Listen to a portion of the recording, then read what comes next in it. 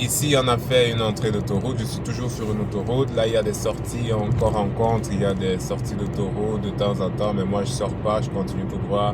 C'est pour ça que je continue de rouler. Tout en sillonnant toujours. Hein, c'est quoi le panneau de limitation ici? Je vois 90 à l'heure. Alors, je vais pas dépasser 90. Je vais rouler à 90 maximum à l'heure, 90 ou 90. C'est 90, ça c'est en Belgique, 90 c'est en France et d'autres pays encore francophones. Donc ici c'est vraiment une allure modérée pour une autoroute parce que normalement dans ce pays, Belgique où je suis actuellement, on peut rouler jusqu'à 120 km à l'heure maximum sur la plupart sur les autoroutes en Belgique, quoi. Sauf mention contraire signalée par des panneaux de limitation de vitesse. Donc ici on est toujours à 90, on voit un panneau de limitation à 90 encore. On ne va pas aller jusqu'à 120, on ne dépasse pas 90 parce que si on dépasse, ça ne va pas. Ici, ce que je suis en train de faire, c'est pas correct. Je suis en train de dépasser par la droite quelqu'un qui est sur la gauche parce que il n'y a pas de trafic, c'est pas correct. Il n'y a pas, je veux dire, de bouchon. Il n'y a pas de bouchon, c'est pas correct. Normalement, on a le droit de dépasser par la droite que si on a des bouchons, on n'a pas le choix. Il y a la circulation est trop dense et on n'a pas le choix. On occupe un peu la bande qu'on estime la plus libre possible. Donc je devais me mettre derrière lui normalement. Je clignote à gauche. Je me mets sur la bande de gauche comme je suis en train de le faire. Tac, tac, tac. Là, je suis sur la bande de gauche. Donc la bande du milieu, celle qui était à ma gauche tout à l'heure. Je devais faire ça. Lui étant devant moi en ce moment-là, soit j'attends qu'il rabatte à droite pour continuer de rouler à gauche et puis rabattre aussi sur ma droite à mon tour devant lui cette fois-là quand je l'aurai traversé. Soit, s'il roule trop lentement et ne veut pas me céder le passage sur cette bande du milieu, qu'est-ce que je fais? Je clignote encore à gauche. Si c'est libre sur ma gauche, parce que c'est une autoroute à 3 bandes, je clignote encore à gauche. Je me mets, comme je suis en train de le faire, je me mets sur la bande de gauche, la extrême gauche là. Tac, tac. Là, j'y suis déjà. Et je le dépasse. Une fois dépassé, je clignote à droite. Je jette toujours des coups d'œil avant de m'engager. Avant de clignoter même, je vois si c'est possible de m'engager. Et une fois que c'est possible, je m'engage. Là, je me mets au milieu. Tac, tac. En ce moment, je l'ai déjà dépassé. Je l'aurais déjà dépassé. Je serai en train de rouler devant lui et d'aller plus vite à mon allure. Si lui ne veut pas rouler plus vite, c'est lui qui voit, mais moi, je veux rouler plus vite parce que j'ai le droit. Et une fois que je vois que c'est libre à droite, toujours en jetant des coups d'œil rétroviseur, angle mort et devant, je me remets sur la droite. Parce que normalement, on doit rouler le plus à droite possible. Toujours à droite sur l'autoroute. Toujours à droite tant que c'est possible. Sauf pour dépassement, par exemple, dans ces conditions. Je suis à 120. J'accélère. Je vois que je ne fais que me rapprocher de celui qui est devant moi. Alors à un moment donné, il faut que je le dépasse. Tac, tac, je mets à gauche. Je clignote à gauche. Après avoir jeté mes coups d'œil, je me mets. Tac, tac. Voilà, je l'ai dépassé. Je continue de rouler. Ici, je continue à mon allure. Je devrais me mettre à droite parce que je dois rouler à droite. Mais je me rends compte que là, sur ma droite, je suis trop près d'un camion qui roule relativement lentement. Il doit être dans les 90, au maximum 90, 100 à l'heure. Je vois que je suis trop près de lui, ça ne sert à rien de me mettre à droite maintenant. Là, il est en train de clignoter. Il est en train de clignoter pour se mettre à ma gauche. Alors, soit je me rabats direct sur ma gauche, bande de droite pour lui céder le passage, soit je continue parce que j'ai le droit. Il est en train de me faire des jeux. Je ne sais pas si vous avez remarqué, il y avait des scintillements de lumière là juste derrière moi. Et effectivement, je comprends pourquoi il est en train de me passer un message ou alors de m'insulter en disant « Salaud, tu ne pouvais pas me céder le passage depuis. » Pourtant, parce que sur ma gauche, là, c'est bien libre. Je suis sur la bande du milieu et la bande de gauche est bien libre. J'aurais pu me rabattre sur la gauche pour lui céder le passage et lui faciliter la tâche de se mettre aussi sur la bande du milieu. Par contre, je n'ai pas voulu, parce que c'est une conduite aussi dangereuse. Dans certaines circonstances, c'est dangereux. Il y a des conducteurs, il faut faire très attention. C'est bien beau la courtoisie de le laisser se rabattre, de lui faciliter la tâche en me rabattant sur la gauche pour qu'il se mette au milieu. C'est bien beau dans cette circonstance-là, mais il y a des situations dans lesquelles c'est dangereux dans la mesure où, en le faisant, parfois c'est un peu trop précipitamment. On veut tellement faire du bien, faire preuve de courtoisie qu'on oublie de se protéger soi-même et de protéger les autres usagers de la route. Et on s'engage, aussitôt qu'il a mis son clignotant d'intention de se mettre sur la même bande que moi, et on s'engage direct sur la gauche sans vérifier suffisamment si on ne risque pas de gêner quelqu'un qui est en train d'arriver de l'autre côté, ou alors même qui serait dans notre angle mort et qu'on pourrait croiser de flanc à flanc en se rabattant. Attention, donc ça c'est déjà, beaucoup d'accidents se sont déjà produits à cause de ce type d'attitude, parce qu'on voulait bien faire, on voulait faire preuve de gentillesse, mais malheureusement on n'a pas pris toutes les informations requises avant de le faire. Donc c'est très dangereux. Il va beau m'insulter, on s'en fiche un peu, parce que c'est pas le fait qu'il ne m'insulte pas qui allait je sais pas moi, nous guérir s'il y avait eu accident, ou alors qui allait nous rendre la vie si finalement l'accident avait été grave, quoi, au point de conduire à ce qu'on ne souhaite pas là. Donc on s'en fiche un peu. On a le droit, il faut savoir qu'on a le droit de se comporter sur la route comme on veut, comme on pense qu'il est judicieux de se comporter, du moment où on respecte le code et qu'on veille à garantir la sécurité de soi-même et de tous les autres usagers. Il y a toujours des fous de la route, hein. Il y a plein de fous de la route, il faut faire très attention, qui nous poussent à bout, qui nous poussent à faire des choix dangereux sur la route, que ce soit sur l'autoroute ou en ville, ou dans sur quelques axes que ce soit, dans quelques zones rurales que ce soit. Il y a des fous de la route qui veulent toujours faire imposer leur loi. Une autre loi à laquelle moi je ne cède jamais et je ne conseille pas de céder quand vous roulez, c'est celle d'aller vite parce que quelqu'un vous met la pression dans votre derrière d'aller plus vite. Vous êtes par exemple sur une, je sais pas moi, l'autoroute ici a 3 bandes, et vous êtes par exemple sur la bande la plus extrême gauche, donc la bande de gauche la plus extrême, parce que peut-être il y a trop de densité de trafic sur les 2 autres bandes.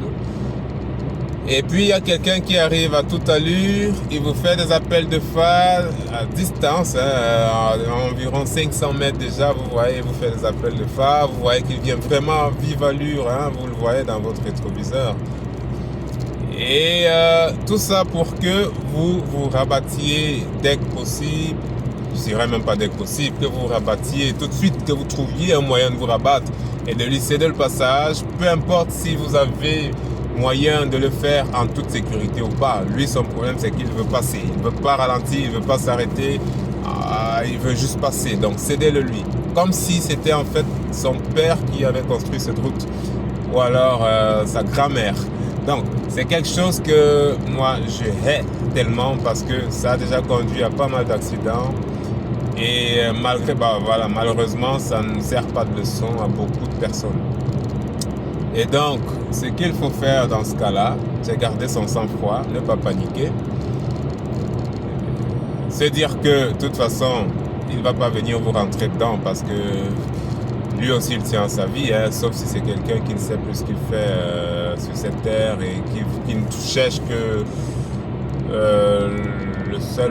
qui ne cherche qu'un moyen de partir, voilà, qui ne cherche que quelqu'un qui va l'aider à partir de ce monde, quoi. Qui comprend rien, un drogué ou vraiment quelqu'un qui n'a plus rien à faire de la vie et qui veut se suicider, quoi. Mais ça arriverait quand même 0,5% de fois que quelqu'un de tomber sur quelqu'un comme ça qui est un fou et qui veut carrément mourir. Vu que ça n'arrive presque jamais, il ne faut pas paniquer. Il arrivera à votre niveau, il ralentira. Peu importe son allure de départ, il ralentira parce qu'il aura compris que vous en tapez complètement.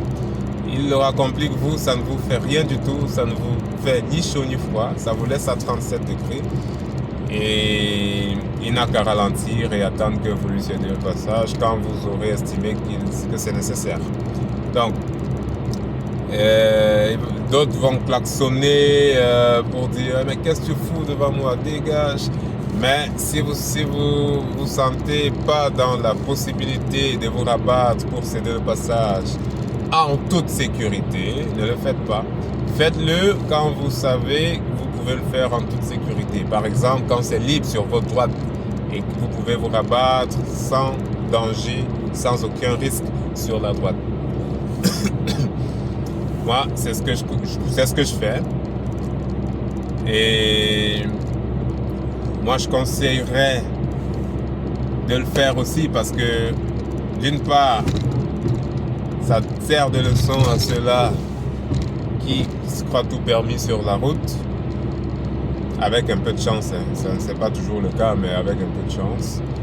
D'autre part, ça fait en sorte que vous préserviez votre dignité sur la route. En tant que conducteur, vous avez le droit. C'est pas un autre usager de la route comme vous qui viendra vous dicter sa loi. Préservez votre dignité en ce moment-là et de cette façon-là. Là, qu'à cela ne tienne, faites-le si vous sentez que vous êtes assez posé et courageux, ou alors vous êtes du genre à ne pas trop vous agiter, vous enflammer quand il y a une situation. Par contre, si vous sentez que vous n'êtes pas trop du genre, vous ne voulez pas vous tracasser, vous ne voulez pas chipoter, vous ne voulez pas avoir le moindre échange psychologique de mots, le moindre échange d'humeur avec un autre usager de la route. Alors, cédez dès que vous pouvez, cédez-le. Mais cédez en tout état de cause, en sachant que vous êtes en toute sécurité. Vous allez le faire en toute sécurité, cédez le passage. Dès que vous pouvez, voilà, n'essayez pas trop de lui faire avaler son empressement, quoi. Faut pas trop essayer de lui montrer que c'est vous qui décidez. Dès que vous pouvez, cédez le passage. Faut pas que, voilà, faut pas continuer de lui refuser le passage. Pourtant, c'est déjà libre. Sur votre droite, vous avez moyen de vous garer, de vous rabattre sur la droite en toute sécurité. Ça ne sert à rien. Du moment où vous savez que vous pouvez le faire en toute sécurité, vous ne perdez rien à le lui céder. Donc n'essayez pas de continuer à faire votre gros dos non plus pour vous affirmer. Non, ça ne sert pas à grand chose. Donc c'est ce que je conseillerais. Donc revenons sur notre conduite régulière. Ici je suis tout seul sur l'autoroute, ou presque. Il n'y a personne devant moi, là dans mon rétroviseur que vous ne voyez pas actuellement, le rétroviseur central à l'intérieur. Je vois qu'il y a quelqu'un qui arrive vers moi quand même un peu plus vite que moi. Il roule un peu plus vite que moi, quoi. Mais il ne roule pas trop excessivement non plus. Il a peut-être 5 km à l'heure de plus que moi, par exemple. Et là, il est en train de se mettre sur la gauche, dans la bande du milieu. Il est en train de me dépasser. Vous allez le voir dans un instant. Il est en train de me dépasser. Là, il m'a dépassé. Il se rabat sur sa droite. C'est exactement comme ça qu'on roule. C'est exactement comme ça qu'il faut s'y prendre sur l'autoroute. C'est pas sorcier, ça ne fait pas peur. C'est pas complètement différent de la façon dont on a l'habitude de rouler en ville, dans des petites ruelles, dans des quartiers. C'est pas différent, c'est la même chose, sauf qu'ici, on roule plus vite. C'est tout. Donc la vitesse ne devrait pas faire peur parce que tant qu'on respecte ce qu'on sait du code de la route, des règles de bonne pratique de conduite, tant qu'on les respecte correctement et qu'on fait attention, il n'y a pas de raison de paniquer, il n'y a pas de raison de stresser, il n'y a rien. C'est simple, c'est tranquille, c'est limpide. Donc, n'ayez pas peur, tout le monde emprunte une autoroute aujourd'hui, même ceux qui avaient peur avant, aujourd'hui, c'est devenu bonjour, hein, c'est devenu bonjour, bonsoir. Donc, dites-vous que c'est comme ça, tout le monde le fait et il n'y a pas de raison que vous ne le fassiez pas. Donc, ici, je suis toujours sur la bande de droite, la plus à droite. On traverse des villes, on traverse des localités. Je roule toujours à 120 parce jusqu'ici il n'y a pas eu d'autres restrictions à la vitesse autorisée. Je roule toujours à 120 là. Et juste devant, je vois qu'il y a des feux rouges qui symbolisent les feux de croisement, hein, les phares, quoi. Les personnes que je suis, je vois que je m'en rapproche davantage. Ça veut dire qu'il y a un léger ralentissement à ce niveau-là, probablement. Donc je commence déjà aussi à ne plus forcément appuyer sur l'accélérateur, mais modérer un tout petit peu mon allure. Même si je vais pas non plus ralentir à fond, hein. J'observe la situation, je vois si je me rapproche davantage d'eux ou pas. Si je peux maintenir mon allure à 120 et ne pas trop m'approcher de mon prédécesseur, alors tant mieux. Je maintiens mon allure à 120 parce que probablement, même si j'ai l'impression que ça ralentit, ça peut ralentir quand même juste pour un moment, hein, et puis reprendre son cours normal, ou alors ça peut ralentir juste sur ma bande, pourtant les autres bandes sont libres. Alors j'ai pas beaucoup de raisons de trop ralentir, hein, moi. Donc si je sens que je m'en approche déjà trop, je fais tout simplement la même chose que d'habitude. Je me rabats sur la gauche pour le dépasser. Et dès que possible, de nouveau, je me remets sur la droite. Tout en gardant mon allure, quoi. Si je dois ralentir un minimum, c'est pas grave. Je ralentis un tout petit peu, jusqu'à 90, 100 à l'heure, s'il le faut.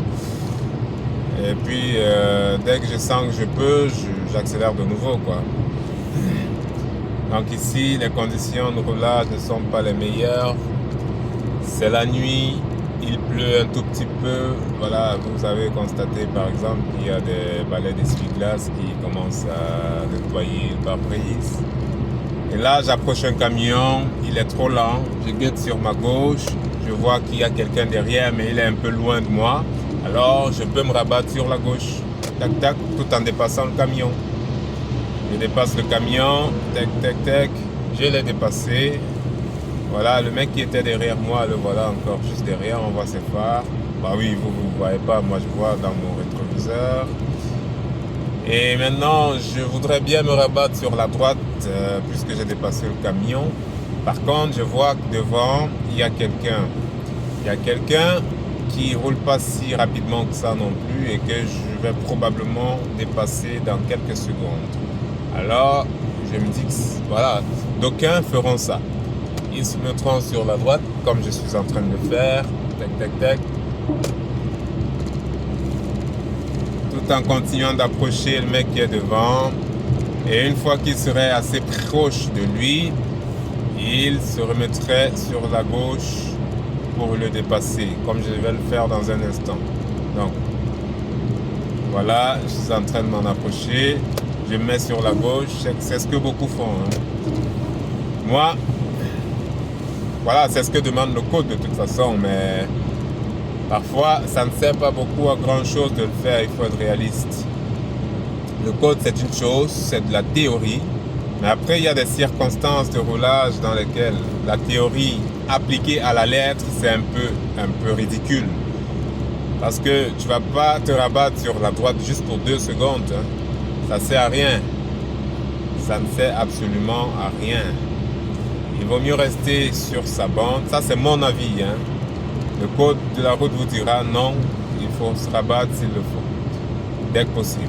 Mais moi, je dis, il vaut mieux rester sur sa propre bande, traverser C'est lui qu'on était sur le point de dépasser là, de traverser, tout simplement, avant de se rabattre sur la droite, juste devant lui. Et pas juste devant lui comme si on allait le coller, mais quand même à une bonne distance déjà. Donc je le revois dans mon rétroviseur intérieur actuellement, donc je l'ai suffisamment dépassé. Je peux me rabattre sur ma droite. Voilà, je me remets sur la droite en ce moment-là. Et là, je me remets sur la droite avec beaucoup de raisons, avec 1001 raisons. Il n'y a personne devant moi. Il n'y a personne, je ne vois personne. Vous voyez qu'il n'y a personne qu'on est en train d'approcher juste devant. Donc, ça a tout son sens de se remettre sur la droite en ce moment-ci. Par contre, précédemment, lui, il était encore juste là, assez proche de moi. Donc, j'allais me rabattre derrière lui pour me remettre sur la gauche quelques secondes après. Ça n'allait pas servir à grand-chose, quoi. Donc, voilà. C'est vous qui êtes maître de votre conduite. Hein. Faites-le en connaissance de cause. Faites-le en respectant le code et tout en gardant le bon sens. Le bon sens, quelque chose qui est normalement inné en chacun. Et ainsi, vous roulerez toujours en toute sécurité. Donc, dans la nuit, ça c'est un autre aspect que je suis en train d'aborder. Dans la nuit, je vous reviens dans un instant. Voilà, qu'est-ce que j'étais en train de dire? Dans la nuit, on utilise soit des feux de croisement, soit des feux de route. Ici, il y a un camion devant moi. Je me mets sur la gauche, après avoir checké comme d'habitude. Je me mets sur la bande du milieu. Je roule. Je m'assure que personne ne mette son clignotant vers moi. Hein, parce que sinon, je dois être très attentif pour savoir s'il commence déjà à s'engager ou pas. S'il commence à s'engager après avoir mis son clignotant, je me rabats aussi sur la gauche pour qu'il n'y ait pas d'accident. Donc ici, je voulais dire que là, je roule dans la nuit. Il n'y a pas beaucoup de lumière, de lampadaire, il n'y a rien. C'est un peu sombre, quoi. J'ai le droit de passer en feu de route, comme ça éclaire plus. Par contre, il faut que je tienne compte des autres. Je rabats en feu de croisement si je me rends compte que je m'approche déjà soit d'une zone lumineuse, beaucoup mieux éclairée, comme ici par exemple, soit on est toujours dans une zone sombre et que je m'approche d'un autre usager. Il ne faut pas que je l'éblouisse, qu'il soit sur ma bande ou pas, du moment où je m'approche déjà de lui, parce que le feu il n'éclaire pas juste sur sa bande, il est un peu large, quoi. Il a un rayon d'action. Donc, si je vois que je m'approche déjà de quelqu'un d'autre, je rabats sur mon feu de croisement parce que sinon je le gêne. Je l'éblouis un peu dans son rétroviseur. Et d'autre part, les usagers de l'autre chaussée. Donc, ici on est sur une autoroute à 3 bandes de part et d'autre. Séparées avec 2 chaussées. Donc, chaque chaussée a 3 bandes. Ces 2 chaussées sont séparées par soit un terre-plein central, soit une berme centrale. Ici, c'est ce qu'on voit au milieu là qui divise les 2 chaussées, c'est un terre-plein, quoi. Ici, de l'autre côté, il y a d'autres voitures. Ceux-là aussi peuvent être gênés, surtout si le terre-plein n'est pas très haut. S'il est un peu trop bas, mes rayons iront vers eux. Et ils les gêneront en fait. D'ailleurs, il m'est arrivé plusieurs fois de recevoir des appels de phare des usagers de l'autre côté, surtout des camions, parce que eux ils sont beaucoup plus hauts que les petites voitures et beaucoup plus haut que la berme centrale, de telle sorte que mes rayons puissent les atteindre facilement. Et donc, quand ils sont gênés, ils font des appels de phare pour dire attention, ramène ton... Allez, éteins tes feux de route là parce qu'ils sont trop éblouissants, roule en feu de croisement. Il a raison, en ce moment-là, il faut le faire parce qu'il est gêné sinon. Mais s'il n'y a personne non plus de l'autre côté, alors on peut rouler en feu de route. Hein. Ou alors si la berme centrale est suffisamment élevée pour ne pas gêner les autres. On estime qu'elle est suffisamment élevée. tac, on passe en feu de route comme je viens de le faire. Parce que les feux de route, ça permet quand même de rouler mieux, hein, de mieux voir dans des conditions obscures comme ça, quoi. Il n'y a pas de lampadaire, c'est noir devant moi sinon. Alors, pour mieux anticiper sur une longue distance d'avance, je passe en feu de route. Alors, vous pouvez passer en feu de route juste pour apercevoir la route pendant quelques secondes et rabattre aussitôt en feu de croisement comme je viens de le faire, hein. Lorsque vous avez déjà pris l'info sur environ 1 km environ, vous pouvez rabattre en feu de croisement, quoi. Bon, 1 km c'est un peu trop, peut-être 300 mètres. Voilà, je passe en route, je prends l'info sur 300 mètres, pas d'obstacle, je reviens en feu de croisement. Surtout pour des obstacles au sol, parce qu'il peut y avoir des trous, des nids de poules, des bosses, etc. Donc, c'est important de prendre ces informations-là. Donc ici, je dois ralentir parce qu'on roule à 90 maintenant. Je ralentis un minimum. Tac, tac, tac. Je garde ma trajectoire tranquille. Et là,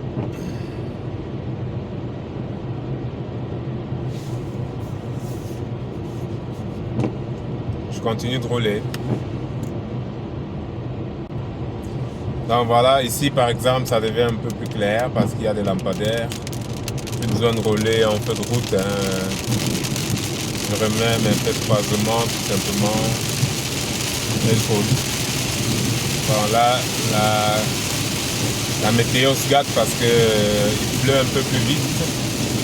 Ici, en temps de pluie aussi forte que ça, le code de la route demande de rouler en feu anti-brouillard.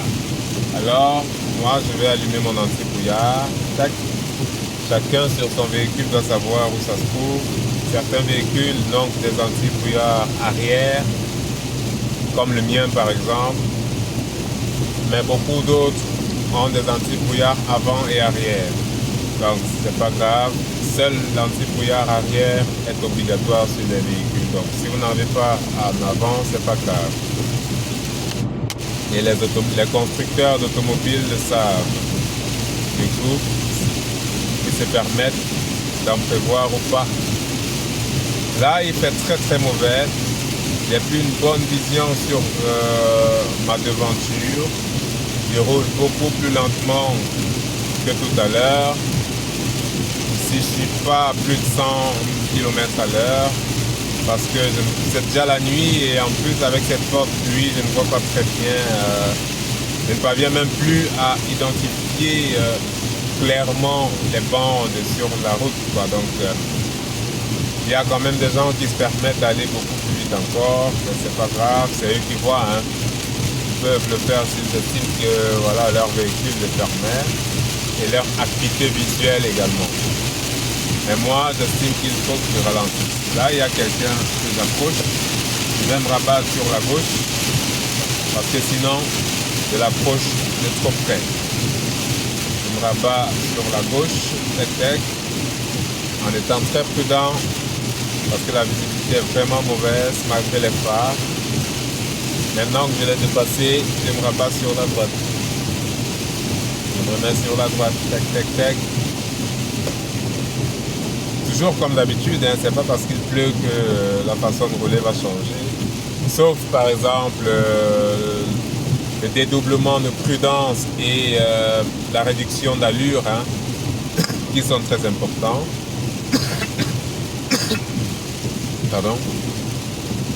La façon de rouler reste la même, les règles du code de la route restent les mêmes. Il faut toujours jeter un coup d'œil avant de clignoter pour se rabattre à gauche ou à droite, dans le rétroviseur du côté où on veut aller, ensuite dans les angles morts, quoi. Il faut toujours jeter un coup d'œil, bien sûr, tout en gardant en visuel ce qui se passe devant soi. Donc voilà, ici, il faut faire très attention dans ces conditions de roulage parce que il y a quand même une benne centrale à gauche et voilà, si on perd le contrôle, on perd la ligne droite, si on se met à zigzaguer sans plus contrôler sa trajectoire, on peut se retrouver sur la BM centrale. On peut aller la percuter et ça, ce serait très dommage. Donc, il faut toujours garder son sang-froid et continuer de rouler en dédoublant de prudence. Et au besoin, vraiment, ici on est sur l'autoroute, on ne s'arrête pas sur l'autoroute. On roule, il faut aller sur la bande de droite et rouler lentement. Mais si on n'était pas sur l'autoroute et que les conditions étaient si mauvaises, au besoin, s'arrêter. Dès que possible, on s'arrête. On trouve une place de stationnement à droite ou alors, c'est pas moi, une station-service. S'il y a moyen et il y a nécessité, on s'arrête et on attend. On attend que la pluie baisse légèrement avant de continuer. Il vaut mieux tard que jamais, hein. Il vaut mieux arriver plus tard où on allait que jamais du tout. Donc, c'est toujours une bonne idée de s'arrêter si nécessaire. Quand les conditions météorologiques sont mauvaises ou alors même quand on a sommeil. Parce que parfois on somnole au volant, hein, ça arrive même très très souvent. On somnole au volant et on ne veut pas s'arrêter parce qu'on veut continuer de rouler. Il y a des gens qui se sont endormis carrément au volant pendant quelques secondes avant de se rendre compte que, hey, attention, qu'est-ce que je fais? Beaucoup n'ont pas eu de chance et ils sont partis, voilà, c'est une percussion sur un autre véhicule ou alors sur la bordure de route. Par exemple, une BM centrale comme celle-ci, qui les a réveillés, par exemple. Donc, faites très attention. Quand on a sommeil, il est toujours conseillé d'aller se reposer dès que possible. Par exemple, sur une aire de repos. Il y a plein d'aires de repos sur la plupart des autoroutes. Donc, ne pas hésiter à aller se reposer pendant quelques minutes parce que ça ne peut être que bénéfique. Ça ne peut être que bénéfique en fait. Même 10 minutes, c'est bénéfique. Même 10 minutes, 10 petites minutes. Voilà, s'il y a moyen de dormir plus, tant mieux quoi. 30 minutes, 1 heure. Voilà, reposez-vous et reprenez le trajet après. Mais si possible, si pas possible, même 10 minutes, ça va toujours. 10-15 minutes, quoi. Et donc, ici, voilà, il pleut un peu moins, mais les conditions de roulage restent médiocres. On continue de rouler. Je vais accélérer un tout petit peu plus parce que la visibilité est meilleure que tout à l'heure.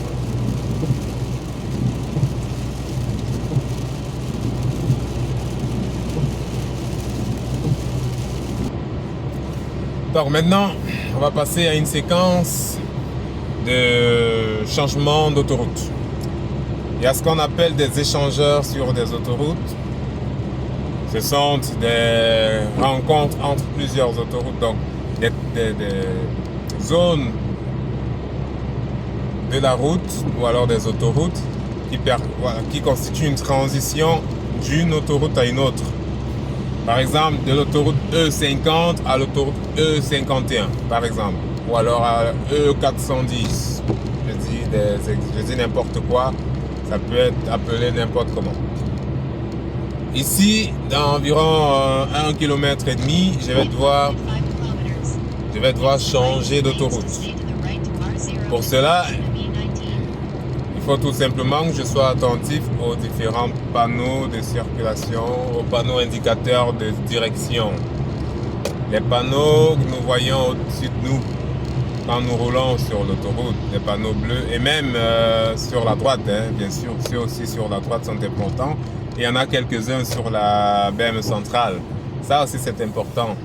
Toujours être très attentif et jeter un coup d'œil, lire les panneaux,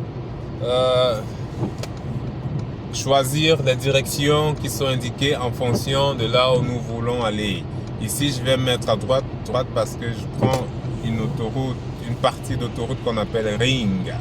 Je suis au niveau du Ring de Bruxelles, beaucoup le connaissent. Et je dois aller vers la Flandre. Du coup, je me mets sur le Ring R0 et 19. Juste devant moi, il y a des panneaux juste en haut, bleus, avec des flèches blanches et l'indication de l'autoroute E19 R0 vers Ring de Bruxelles. Donc, je reste de ce côté-là. Je poursuis ma trajectoire. Juste à gauche, ici, il y a une séparation, une division de chaussées. Juste à gauche, il y avait des gens qui continuaient tout droit pour aller vers Bruxelles, centre. Mais moi, je me mets à droite. Pam, pam, pam. Moi, je me mets à droite. Je me suis mis à droite. Ici aussi, il y a une division. Je reste sur ma droite parce que je vais par là. Je ne vais pas de l'autre côté. Alors, je reste sur ma droite. Je continue. Tout simplement, hein, toujours en roulant. Au besoin, pour mieux prendre l'info, ralentir un tout petit peu. Personne ne te met la pression derrière. Et même s'il y en a qui mettent, c'est leur problème. Tu prends ton temps, tu prends tes informations au lieu de commettre des bêtises après, par précipitation. Parce qu'on peut commettre beaucoup d'erreurs, que ce soit en conduisant ou dans la vie de tous les jours. Hein, on peut commettre beaucoup d'erreurs regrettables, tout simplement à cause de l'empressement. Ça ne sert pas à grand chose de s'empresser. Garder son calme, prendre l'info, ralentir sur le faux et continuer quand on est sûr. Donc ici, je vais continuer tout droit. Il y a une séparation sur ma droite des chaussées. Je ne prends pas la droite, je continue sur le côté gauche de cette séparation-là. Je continue tout droit. Et ici, on roule à maximum 100 km à l'heure. Ce n'est plus 120. Donc, sur plusieurs panneaux de limitation, ici, on verra 100 et non pas 120. Donc, toujours à respecter au mieux.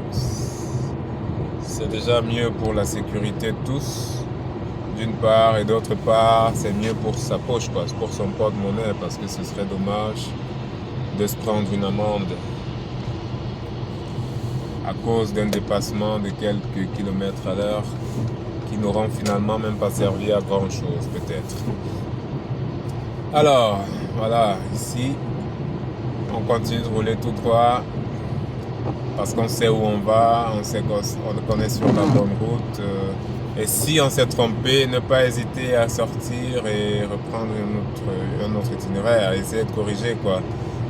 Si on connaît le chemin, tant mieux, pas besoin de GPS. Mais si on ne connaît pas le chemin, on a besoin de GPS, alors utilisez toutes les fonctions possibles qui s'offrent à soi, que ce soit la fonction GPS de son véhicule, ce qui est encore mieux, que ce soit celle du GSM, mais attention au GSM au volant, hein, parce que ça conduit à pas mal d'incidents et d'accidents en route.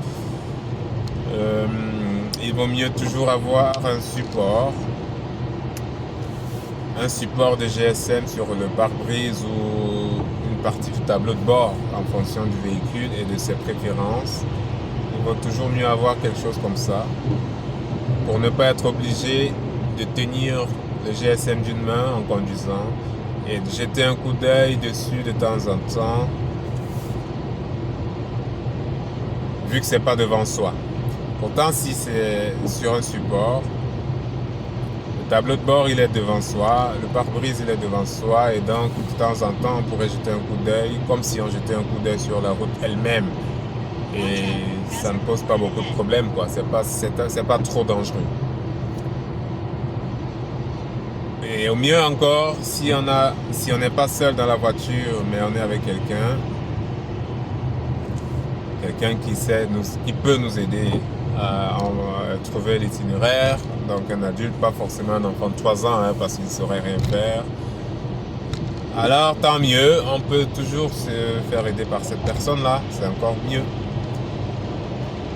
La personne n'a qu'à taper lui-même l'itinéraire requis sur le GSM et nous orienter, comme si c'était un GPS qui nous orientait. Et ça pourrait être pour tout le reste du trajet ou juste pour un moment, hein, juste pour un petit moment.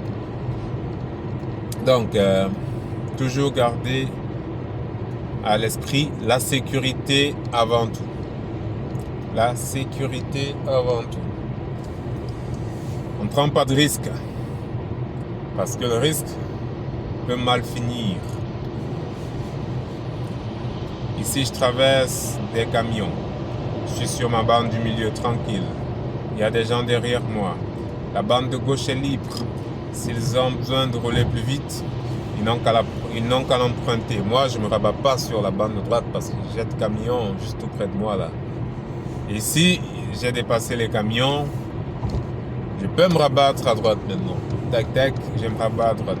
Après avoir jeté un coup d'œil pour m'assurer que je ne gêne personne et que personne ne me gêne. Je me rabats à droite, je continue de rouler. Ceux qui veulent aller plus vite sont en train de me dépasser. Et là, j'approche un obstacle. Il y a quelqu'un, un camping-car qui roule assez lentement devant moi. Je jette un coup d'œil derrière, dans mon rétro, angle mort, je vois qu'il y a quelqu'un. Ils viennent passer, voilà. Celui-là qui me gênait, il vient de passer. Et maintenant, celui qui me suit est assez loin de moi.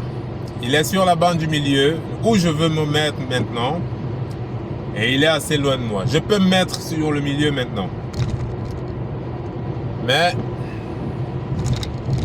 je reste d'abord sur la droite pour vous montrer pourquoi je ne me mets pas sur le milieu. Parce que pourquoi je ne me mettais pas sur le milieu depuis, je veux dire, parce que ici, il y a quelqu'un devant moi. Je ne pouvais pas m'y mettre en toute sécurité. J'ai dû ralentir au préalable. Comme ici, par exemple, il y a encore des gens, puisque j'ai tardé, il y a des gens qui sont venus. Ils se sont mis, ils sont proches de moi, ils sont en train de me dépasser sur la bande de extrême gauche, sur la bande du milieu, etc. Et moi, pas de problème, c'est pas la course. Je garde, je prends mon temps, je roule à mon rythme.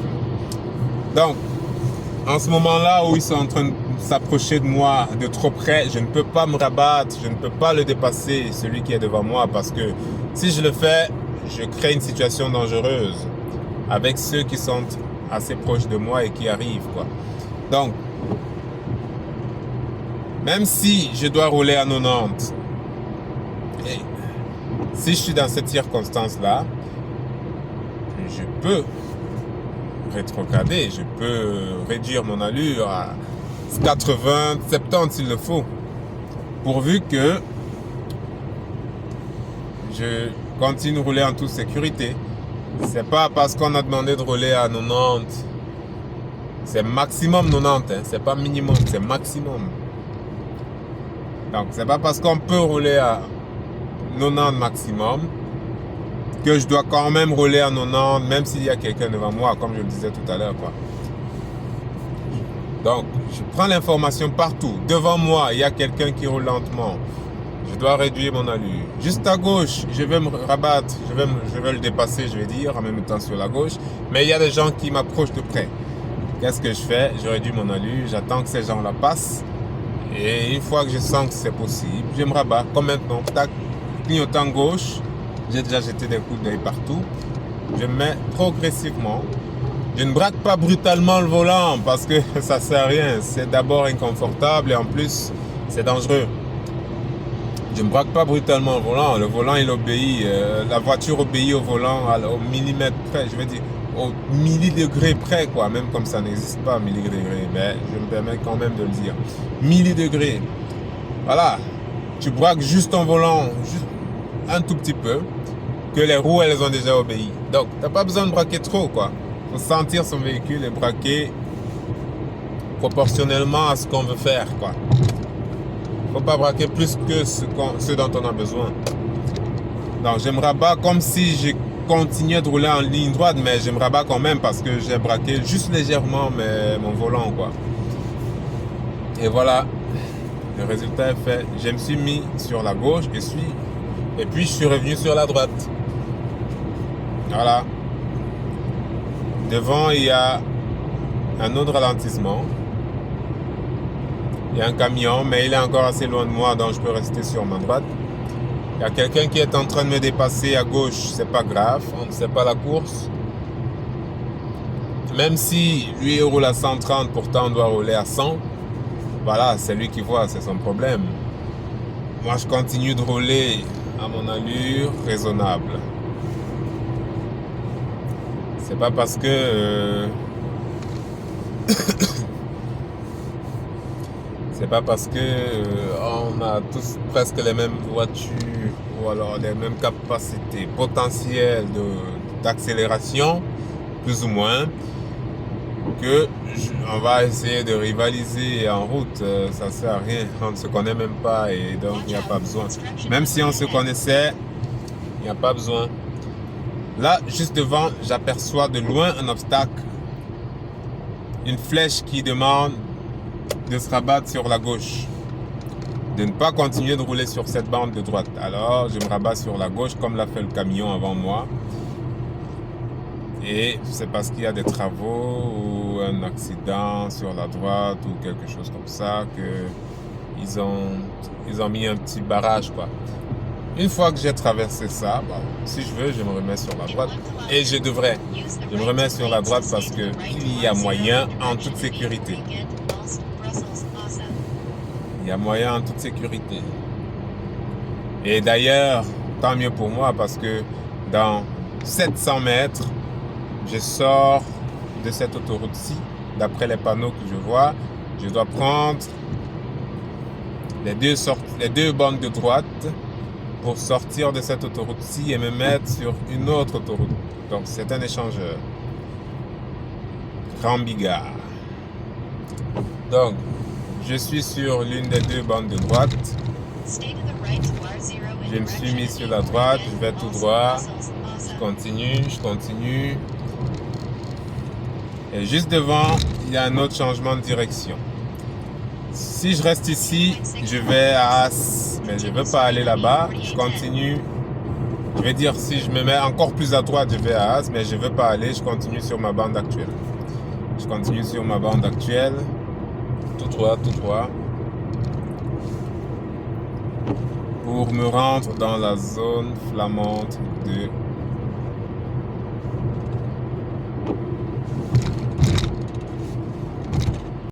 Donc là, je ralentis, je rétrograde même de 6e en 5e sur le levier de vitesse parce que celui qui est devant moi il roule très lentement et il y avait quelqu'un juste derrière qui voulait me dépasser. Voilà, qui était en train de passer. Maintenant qu'il est passé, je me remets sur la gauche, je peux accélérer.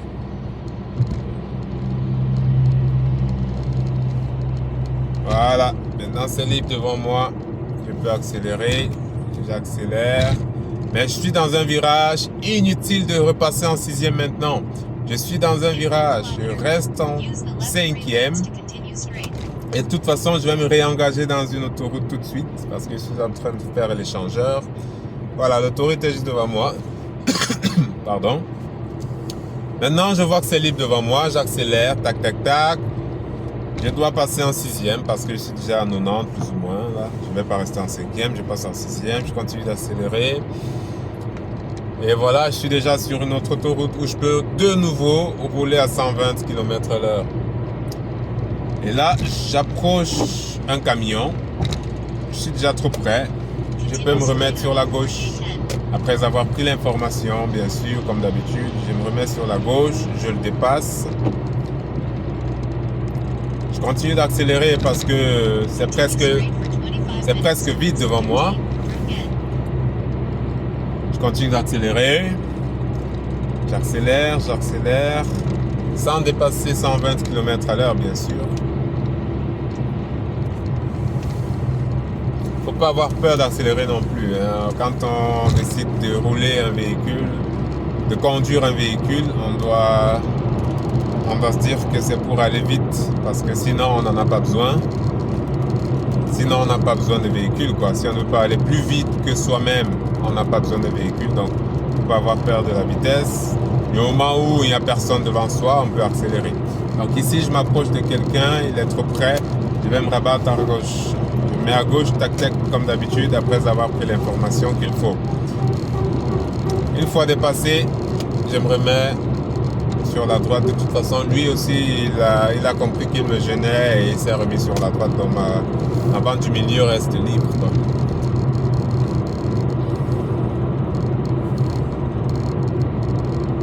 Voilà. Alors, au fur et à mesure sur certaines autoroutes, comme ce que je suis en train de voir ici depuis un moment, au fur et à mesure qu'on roule, il y a des panneaux bleus avec des dessins blancs sur le côté droit, juste au niveau de la bande d'arrêt d'urgence, qui indique un monsieur courbé au niveau de son capot, donc du capot avant de sa voiture, parce qu'il serait en train d'essayer de réparer quelque chose. Il aurait un problème avec son moteur, par exemple, et il serait en train d'essayer de le réparer. C'est un panneau qui symbolise que c'est une bande sur laquelle vous pouvez vous mettre si vous avez une panne. Si vous avez un souci avec votre véhicule, n'hésitez pas à vous mettre. Ici, ils indiquent 500 mètres. Dans 500 mètres, il y aura une place comme celle-là. Dans 200 mètres, il y aura une place comme celle-là. Dans 100 mètres, etc., etc. Donc, ce sont des tronçons, des petits tronçons sur, voilà, tout près de la bande d'arrêt d'urgence sur une autoroute qui sont aménagés pour vous permettre de vous garer si vous avez un souci avec votre voiture. Ce n'est pas la bande d'arrêt d'urgence. Attention, ne pas confondre. Ce sont des aménagements spécifiques, juste tout près de la bande d'arrêt d'urgence. Donc, une sorte de prolongement dans la direction de la largeur d'une bande d'arrêt d'urgence sur un petit tronçon. D'ailleurs, ils indiquent dans 300 mètres, il y aura une place comme celle-là. Dans 100 mètres, il y aura une place comme celle-là. Par exemple. Pourtant, la bande d'arrêt d'urgence, elle est continue. Elle continue sur tout le trajet. Elle continue. Ça, c'est juste à certains endroits précis. La bande d'arrêt d'urgence, bien sûr que vous pouvez toujours l'emprunter si nécessaire. Comme son nom l'indique, lorsqu'il y a urgence, vous pouvez vous arrêter en urgence si nécessaire. S'il n'y a pas ces aménagements spécifiques en cas de panne, voilà, vous pouvez vous arrêter sur la bande d'arrêt d'urgence et partir de là le plus vite possible, notamment après avoir appelé la dépanneuse par exemple. S'il n'y a pas ces aménagements. Mais s'il y en a et que votre véhicule peut vous y amener, alors toujours s'y mettre. C'est mieux. C'est plus sécuritaire pour tout le monde. Voilà. Comme ce monsieur à droite. Il y a quelqu'un qui s'est justement arrêté sur ce type d'aménagement. On vient de le traverser. Je crois qu'il avait déjà démonté un de ses pneus de toute façon. Donc là, on continue, on poursuit notre trajet sur l'autoroute. Comme d'habitude, on respecte les règles de conduite, limitation de vitesse, règles de dépassement, des coups d'œil avant de clignoter et avant de s'engager lorsqu'on veut faire un dépassement ou se rabattre sur la bande initiale, etc., etc.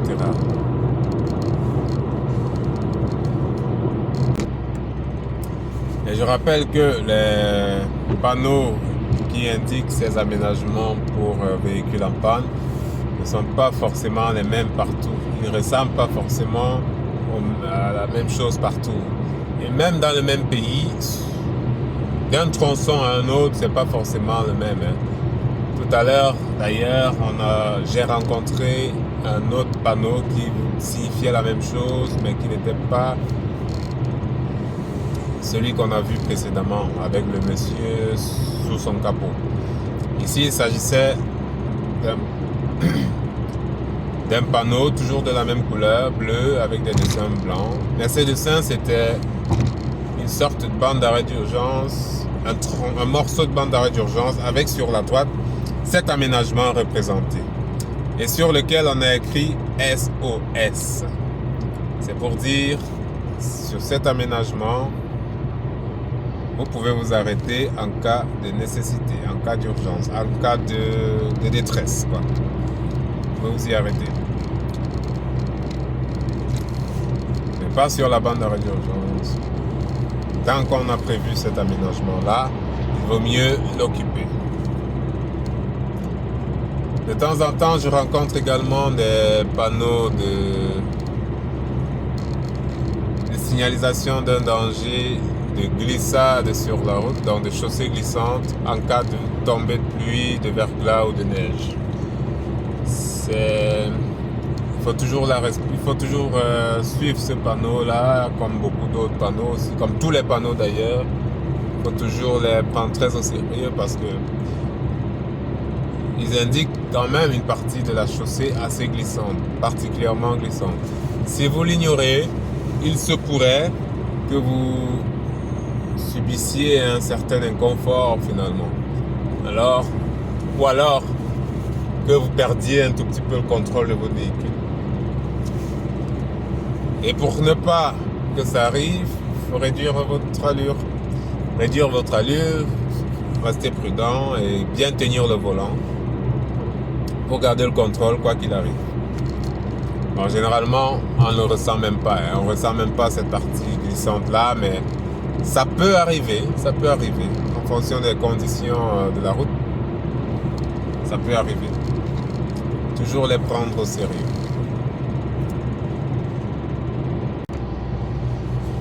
Un autre, attention, un autre aspect très très important. Sur l'autoroute, comme partout ailleurs quand on roule, mais surtout sur l'autoroute parce que c'est la partie de la route, c'est le style de route où on roule le plus vite, c'est la distance de sécurité avec les gens que l'on suit. La distance de sécurité, c'est un facteur très très très primordial. Plusieurs accidents se sont produits malheureusement, bien sûr, parce que la distance de sécurité n'a pas été respectée par celui que l'on suivait, par celui qui suivait l'autre. Les distances de sécurité sont enseignées à l'auto-école. Il y a des formules qui donnent une idée de quelle distance observer quand on roule à telle vitesse, etc., etc. Mais il va de soi.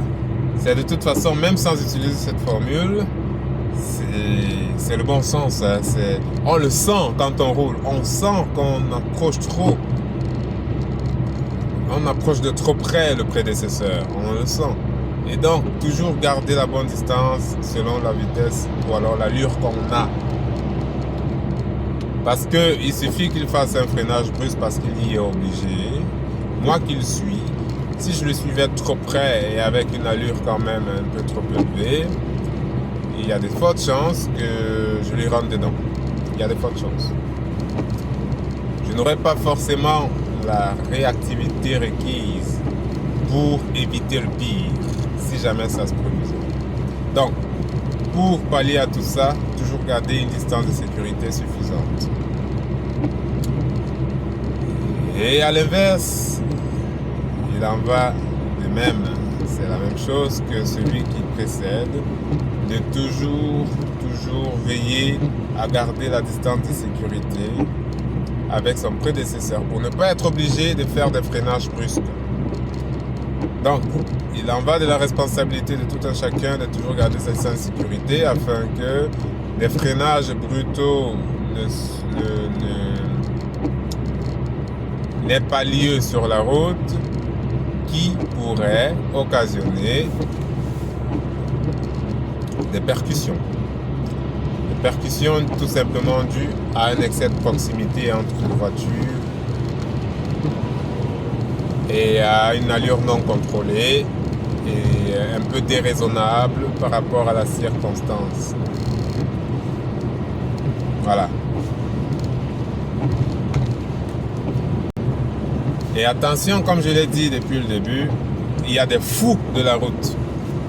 Ne pas se laisser intimider par les fous de la route, ceux-là qui sont trop speed ou alors qui font semblant d'être trop speed ou qui veulent montrer qu'ils le sont. Pourtant, ils ne sont que des apprentis. En réalité, le plus speed n'est pas forcément celui qu'il prétend quand il roule. Ça peut être celui-là qui est plutôt posé, plutôt calme et qui respecte tout comme il se doit. On s'en fiche qu'il te mette la pression derrière ou pas. Ta distance de sécurité doit être respectée. Ne va pas approcher de trop près ton prédécesseur parce qu'il y en a un qui te met la pression derrière. On s'en fiche. Il n'a qu'à ralentir autant que toi. Ne va pas te précipiter à cause de lui, surtout pour les nouveaux conducteurs, mais pas que, hein. Ça arrive aussi avec les habitués. Ça arrive avec les habitués. S'il n'y a pas moyen de lui céder le passage en te rabattant sur ta droite en toute sécurité, bah, il n'a qu'à ralentir. Même s'il est pressé, il n'a qu'à ralentir. C'est pas ton problème. Il vaut mieux arriver tard où on va que jamais. Alors, il n'a qu'à ralentir. Tout le monde n'a qu'à ralentir, s'il le faut.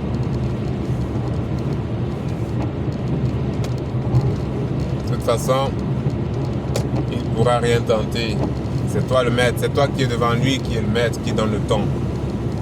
Si tu estimes que tu n'as pas intérêt à accélérer, alors tu n'accélères pas. Tout simplement. Tu n'as pas de compte à lui rendre. Il n'est personne. Et il ne sait rien faire. Il ne peut rien faire. Par contre, ça n'arrive pas souvent beaucoup, mais ça peut arriver, de tomber vraiment sur un gros malade de la route. Il n'est même pas fou, il est fini, quoi. Il est malade. C'est quelqu'un... Il n'y a pas de mot pour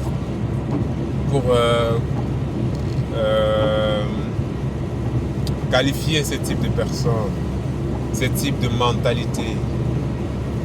Il peut arriver qu'après avoir désobéi à un fou de la route qui vous mettait la pression derrière, dès qu'il réussit à vous traverser, qu'il vienne brutalement devant vous, rapidement, et qu'il freine brutalement devant vous. Attention. Attention. J'ai déjà eu affaire à ça personnellement. C'était sur une autoroute en direction de l'Allemagne. Je crois que j'étais même déjà en Allemagne. C'était sur une autoroute allemande. Je venais de la France. Oui. Et c'était sur une autoroute allemande. Il y en a un qui a osé, parce que j'ai estimé que je n'étais pas dans une circonstance raisonnable pour me rabattre rapidement sur ma droite, en toute sécurité, et que je ne lui ai pas cédé le passage, lui qui me mettait la pression dans le dos pendant environ 30 secondes. Il a osé venir lorsque je me suis rabattu finalement, parce que j'y ai réussi, puisque à un moment donné la situation s'est décantée et j'ai su que je pouvais me rabattre sur la droite en toute sécurité. Quand je l'ai fait, il n'a pas digéré, il a accéléré sur ma gauche, il est venu se mettre devant moi sur la bande du milieu où je m'étais mis de nouveau. Il est venu se mettre devant moi et a brutalement freiné. Exprès, il n'y avait personne devant lui, il a freiné pour me donner une leçon, pour me dire: eh bien, comme tu m'as fauché, tu m'as perdu quelques secondes tout à l'heure, je vais mettre en danger ta vie, tu vas me sentir, tu vas le regretter. Et il a osé freiner brutalement et c'était vraiment horrible. Je n'avais jamais vécu ça de ma vie depuis que je conduis. Jamais je n'avais entendu ça de la bouche de qui que ce soit depuis que je parle avec des gens qui conduisent. Jamais je ne m'étais imaginé qu'une telle chose pouvait arriver. Et c'est arrivé. Il aurait pu causer un grave accident. Et en plus, je n'étais pas seul dans la voiture. J'étais avec ma famille. Ce jour-là, c'est le ciel qui nous a sauvés. Je ne vais pas dire que j'ai été trop prudent pour maîtriser, pour garder le contrôle du véhicule afin que le pire ne se produise pas. Mais je sais que j'ai eu une certaine... Déjà, je m'attendais... Bon, voilà, une seconde avant qu'il ne le fasse, je m'y attendais un peu. Parce que j'ai vu son allure. J'ai vu qu'il me dépassait avec vraiment beaucoup de haine, quoi. Et quand il s'est mis devant moi, puisque je n'avais jamais vécu ça, je n'y attendais pas trop. Mais En une fraction de seconde, je me suis dit, hey, attention, peut-être qu'il va faire quelque chose pour se venger. En une fraction de seconde, et exactement il l'a fait en ce moment-là. Par réflexe, j'ai gardé le volant de mes deux mains. J'ai freiné aussi proportionnellement à son allure à lui en ce moment-là, tout en essayant de changer de trajectoire parce que sur la droite, il y avait quand même un tout petit peu d'espace. Donc, j'ai freiné en essayant de me rabattre sur la bande la plus à droite. De telle sorte que si l'inertie veut m'entraîner quand même, malgré mon freinage, mon coup de frein, voilà, que ce ne soit pas sur lui, mais plutôt à côté, quoi, dans le vide. Heureusement, c'est ce qui s'est produit, malgré une petite... il y a eu une petite dérive, quoi. Mon véhicule, il a dérivé complètement en se freinant. Parce que, naturellement, c'est la physique qui le démontre. Si tu freines brutalement à une certaine allure, naturellement, tu vas dériver. Tu perdras un tout petit peu le contrôle de ton véhicule. Il va glisser, il va déraper, quoi. Il va un peu déraper. Et mon véhicule a dérapé pendant cette scène-là. Mais je me suis pas affolé, j'ai gardé mon sang-froid, j'ai essayé de maîtriser autant que je pouvais le volant, le véhicule, et voilà, il est parti. Après, il a donné un grand coup d'accélérateur pour s'en aller, après m'avoir donné sa leçon de vie. Donc voilà, ça peut arriver, donc attention aussi, attention, il y a des gros malades comme ça sur la route qu'il faut éviter, il faut déjà savoir qu'ils existent, que ce genre de choses peut arriver et essayer d'anticiper. Essayer d'anticiper en roulant que lorsque, par exemple, il s'est produit quelque chose avec un usager de la route, quelque chose comme quoi tu lui aurais refusé, bah lui il n'est pas dans ta tête pour savoir pourquoi tu ne lui cèdes pas le passage directement. Donc, dites-vous que si jamais il arrive que se produise une telle chose, que vous refusiez le passage à quelqu'un pour une raison ou une autre, il y a des chances qu'il fasse pareil. Donc, mettez-vous déjà sur vos gardes, tenez-vous prêts, observez son comportement et voyez s'il vous laisse tranquille une fois que la situation s'évidente ou pas. Pour moi, la meilleure façon d'éviter ce genre de choses, c'est une fois qu'il est passé, ralentir, être prêt à freiner, toujours suivre vos arrières, voir si il n'y aura pas nécessité de vous rabattre si jamais il devait le faire, de voir s'il y aura moyen ou pas de vous rabattre sur la droite ou de freiner brutalement aussi ou quoi. Donc, toujours voir ce que vous pouvez faire pour éviter une situation de collision si jamais il faisait le con comme celui-là dont j'ai parlé.